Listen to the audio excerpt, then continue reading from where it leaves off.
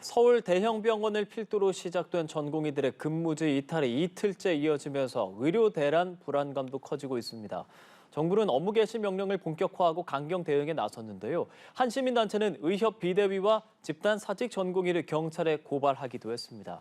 유례없는 무더기 수사와 기소로까지 이어지는 것 아니냐는 전망까지 나오고 있는 지금 이 상황. 더 자세한 내용은 임주혜 변호사와 함께 이야기 나눠보도록 하겠습니다. 어서 오십시오. 네, 안녕하세요. 지금 하루하루 지날수록 좀 사태가 심각해지는 그런 분위기입니다. 일단 현재 집단 행동 상황부터 저희 짚어볼까요? 네, 전공의들 지금 이틀째 병원을 떠나고 있는 상황입니다. 집단 행동으로 이어지고 있고요. 복지부의 집계에 따르면요, 전국에서 100여 개 병원에서 전공의의 71.2% 정도가 사직서를 제출한 것으로 전해지고 있습니다. 네. 그 비중을 보자면은 전공의가 사직서를 낸 비율, 그러면 8,000명이 넘어섰고요. 실제로 결근까지 이어지고 있는 상황도 7,000명이 넘는 인원이 지금 병원을 떠난 것으로 지금 집계가 되고 있습니다. 복지부에서는요, 물러설 생각이 없어 보입니다. 그렇죠. 강대강으로 맞붙고 있는데요. 이 사직서 제출 인원에 대해서 일단 사직서를 수리하지 말 것을 병원에 요구를 하고 있는 상황이고, 지금 업무 개시 명령이 내려졌기 때문에 이 명령을 불응할 경우에는 검찰 고발까지도 검토하고 있다, 이렇게 강대강으로 맞붙고 있습니다. 예. 이틀째 전공의들이 자리를 비우게 되면서요, 전공의들이 이 병원에서 맡고 있는 역할, 특히 대형 병원에서는 수술이 많이 이루어지고 있기 때문에 전공의들이 당직도 서게 되고요. 수술 그렇죠. 준비에서부터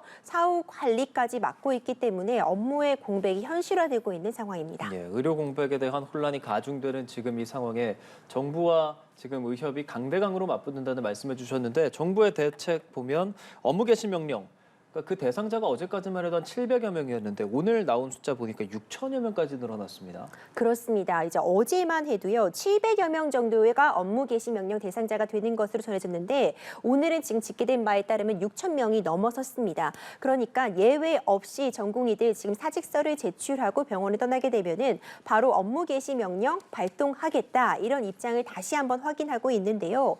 이 업무 개시 명령은 사실 어떻게 보면은 이례적인 제도라고 볼 수 있습니다. 우리가 회사를 다니는데 내가 지금 이 회사에 다니고 싶지 않다고 해서 사직서를 제출했는데 어떤 기한과 법에서 정한 절차를 따랐음에도 다시 회사로 돌아가라, 이렇게 강제할 수는 없잖아요.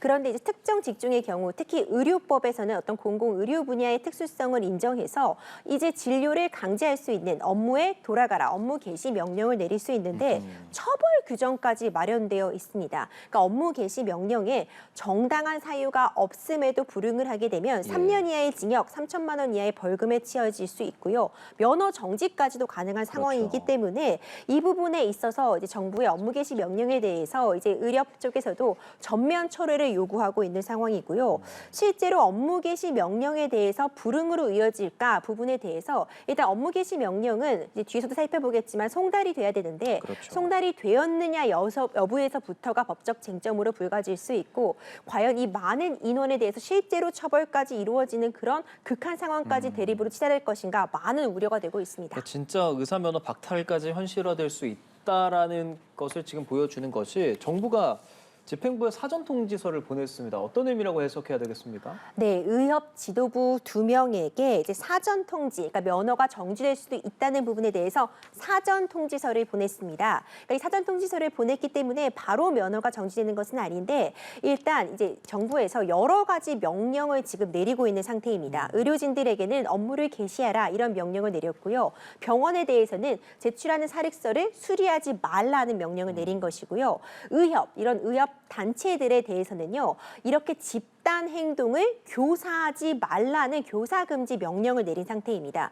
그러니까 지도부가 나서서 이런 식으로 뭐 집단적으로 사직서를 내라던가 진료에 참여하지 말 것을 교사하고 독려하지 말라는 명령을 내린 것인데, 집행부가 이런 명령을, 그러니까 교사 금지 명령을 위반했다고 해서 면허가 정지될 수 있다는 사전 통지서를 발송을 한 것인데요. 앞서 말씀드린 것처럼 이 자체로 바로 면허가 정지되는 것은 아니고, 통지서를 수령하게 되면은 의견 청취 절차를 거치게 되고요. 이후에 그래서 정말 어떤 교사에 대한 행위가 있었다고 한다면 면허 정지 처분을 그때 가서 내리게 되는 건데, 일단 이렇게 사전 통지서를 내렸다는 것 자체가 이에 대해서 정말 강경하게 대응하겠다는 그런 수단으로서 어떤 정부의 의지를 보여주고 있는 것은 맞는 것 같습니다. 말씀하신 그 업무 개시 명령이 결국엔 전달되는지 여부가 쟁점이라고 말씀해 주셨잖아요. 그렇죠. 그게 가령 뭐 등기를 보냈다거나 혹은 이메일을 보냈을 때 그걸 받지 않거나 뭐 반송하거나 읽지 않으면 그게 쟁점이 된다. 이렇게 해석하면 되겠습니까? 그렇습니다. 말씀 주신 것처럼요. 일단 행정부에서 어떤 명령을 내렸으면은요. 예. 가장 중요한 것이 그 당사자에게 그것이 제대로 도달되었느냐가 중요합니다. 어떤 명령을 받았을 때 내가 실제로 그걸 받은 게 맞느냐가 쟁점이 되는데 그걸 이제 법적으로는 송달되었느냐라고 표현을 하게 됩니다. 기본적으로 이런 행정 절차법에 따라서 명령은요. 문서의 형식으로 일단 등기 우편으로 보내는 것이 원칙입니다. 근데 이것이 2000년 의학 분업 당시나 2014년도의 원격 진료 당시에도 이런 업무 개시 명령이나 이런 각종 명령들이 도달되었느냐가 쟁점이 되었던 사례들도 있었거든요. 그런데 지금 행정 절차법상에 따르면 기본적으로 문서로 등기 우편 형태로 하고 있지만 당사자가 동의하는 경우에는 전자적인 방식으로도 가능한 것으로 되어 있고 예. 어떤 급박한 사정이 있는 경우 뭐 국가의 어떤 이익이라든가 공공의 복리 같은 급박한 사정이 있으면 문자 메시지로도 가능하다는 규정이 도입이 되어 있는 것은 맞습니다. 그렇다면 문자로 이런 업무 개시 명령을 송달, 그러니까 보냈을 때요. 과연 개인이 내가 문자를 확인하지 못했다고 한다거나 휴대폰을 내가 보지 않아서 몰랐다고 한다거나 한다면 과연 이걸 송달로 볼 수 있을 것이냐가 역시 법적인 쟁점이 될 수 있거든요. 이에 대해서 아직 명확하게 다퉈진 바가 없기 때문에 정부 측에서는 이제 문자 메시지도 적법한 수단이기 때문에 이런 식으로 보낼 거다 이렇게 주장을 하고 있는 것이고 이제 전공의 측이나 이제 의협 측에서는 이에 대해서 어떤 대응 방식에 대해서 뭐 휴대폰을 꺼두라거나 예. 아니면은 문자 같은 것에 대해서 뭐 수신하지 않도록 해두어라 아니면 모르는 전화는 받지 말라 이런 식의 대응 매뉴얼이 나오고 있다는 얘기까지 나오고 있거든요. 그렇기 때문에 이 송달이 적법했냐는 향후 업무 개시 명령이 이루어지고 만약 정말 이 업무 개시 명령을 위반했다고 해서 어떤 그 이후의 처분들이 내려진다면요. 예. 이게 제대로 도달되는 것이냐의 이 적법성에 대해서는 법적으로도 충분히 다퉈질 여지가 있는 상황입니다. 또 하나, 그러니까 각 병원에 사직서 수리 금지 명령을 내렸다는 얘기도 앞서 해주셨어요. 그렇죠. 그런데 의사들이 나는 개인적인 사유로 인해서 사직을 하는 거다. 지금과 상관없이 사직하는 거다라고 말했을 때 그걸 어떻게 다룰 것이냐. 이 부분도 법적으로 굉장히 쟁점이 될 수 있지 않겠습니까? 그렇죠. 이게 나중에 가서 정말 지금 이 업무 개시 명령을 위반했다고 해서 실제로 형사처벌까지 이루어지면은요. 지금 작년에 의료법 개정이 있었기 때문에 금고 이상의 형이 확정되는 경우라면은 이 의사 면허까지가 박탈될 수도 있는 그런 상황이거든요.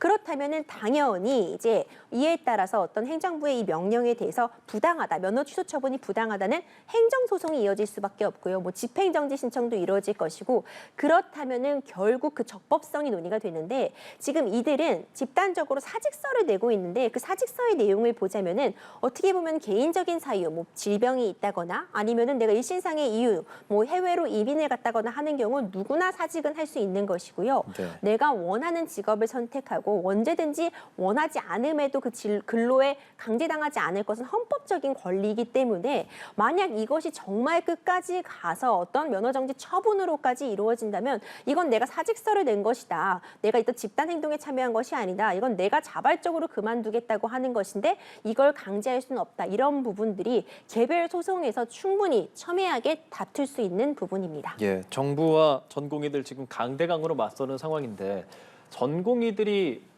뭐랄까요? 앞으로 낼 수 있는 법적 카드 같은 것들은 어떤 게 있겠습니까? 네, 그렇습니다. 이제 앞서 말씀드린 것처럼요. 만약 이 업무 개시 명령에 대해서 불응을 했다고 해서 실제로 어떤 처벌까지 이루어지고 면허에 대한 부분에 문제가 생긴다면은 당연히 뭐 행정 소송까지 갈 수 있는 상황입니다. 예. 그렇다면 시간이 굉장히 오래 걸릴 것이고 그 과정에서 일단 면허 정지 처분에 대해서 집행정지 신청도 충분히 이루어질 것으로 보이고요.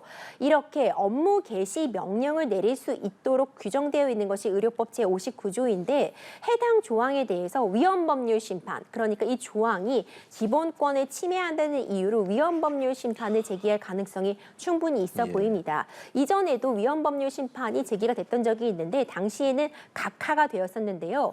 그 당시에는 실제로 이 업무 개시 명령의 어떤 대상이 되는 사람이 제기한 것이 아니다. 내지는 이로 인해서 업무 개시 명령은 행정권이 지금 발동을 해서 내리는 것이기 때문에 이 법률 자체가 문제가 되는 것은 아니다. 이런 이유로 각하가 됐던 적은 있는데 실제로 이 조항이 적용이 돼서 어떤 행정처분이 이루어지는 그런 과정까지 간다면 이 부분에 대해서 직업 선택의 자유라던가 어떤 기본권 침해를 이유로 위헌법률 심판까지 있어질 것으로 보이고요. 그보다 중요한 것은 지금 생명의 최전선에서 대학병원에서 많은 분들을 치료해 주시고 힘들게 일하고 계신 의사 선생님들과 함께 지금 정부가 강대강으로 맞붙고 있으면서 결국 그 피해는 국민들의 의료 공백으로밖에 다가올 수가 없는 상황이잖아요. 하루빨리 이런 부분들이 좀 조속히 어떤 타협점을 찾기를 저도 소망해 봅니다. 예, 시민단체가 의사단체 대상으로 고발장 접수까지 했습니다. 이게 좀 의사를 대상으로 한 무더기 수사 기소까지 이어질 가능성까지도 배제할 수 없을 것 같은데 좀 어떤 말씀하시겠어요? 그렇습니다. 시민단체 측에서도 이런 의사들의 집단 행동에 대해서 이제 환자를 등한시한 것이 아니냐 이런 비판도 가해질 수는 충분히 있는 상황으로 보이고요. 정부에서도 예외 없이 기계적으로 처리하겠다는 표현을 하고 있어요. 그러니까 기계적으로 처리하겠다는 건 일률적으로 어떤 개별적인 사안을 파악하지 않고 뭐 사직서 제출하면 바로 업무 개시 명령 불응이다 이런 식으로 처리하겠다. 그렇다면 결국 기계적으로 처리한다면 집단적인 수사로까지 이어질 수 있거든요. 근데 지금 중요한 것은 의사의 수를 늘리자 줄이자 이런 논리보다도 결국 우리나라가 세계 최고 수준의 의료 수준을 갖고 있는데 이 자원을 제대로 재배치해서 정말 필요로 하는 곳에 이 의사 선생님들이 충분히 본인들의 역량을 펼칠 수 있는 그런 환경을 마련하는 것에는 모두가 동의를 하고 있는 상황이기 때문에 이 최고 수준의 우리나라 의료진들의 이 노고를 함께 또 잘 기리는 한편 어떻게 하면 우리 국민들이 좀 더 편하게 그리고 좀 더 안전하게 누구나 치료받을 수 있을지 그런 부분에 대한 대책 그리고 정말 치열한 고민 좀 예. 하루빨리 시작돼야 될 것으로 보입니다. 그렇습니다. 또 법적 해석 여지가 많아서요. 저희가 관련된 내용은 들어오는 대로 전해드리도록 하겠고요. 또 하나 사례를 더 짚어보겠습니다. 이번 저희가 좀 다뤄볼 주제는 축구협회에 네. 관련된 내용입니다.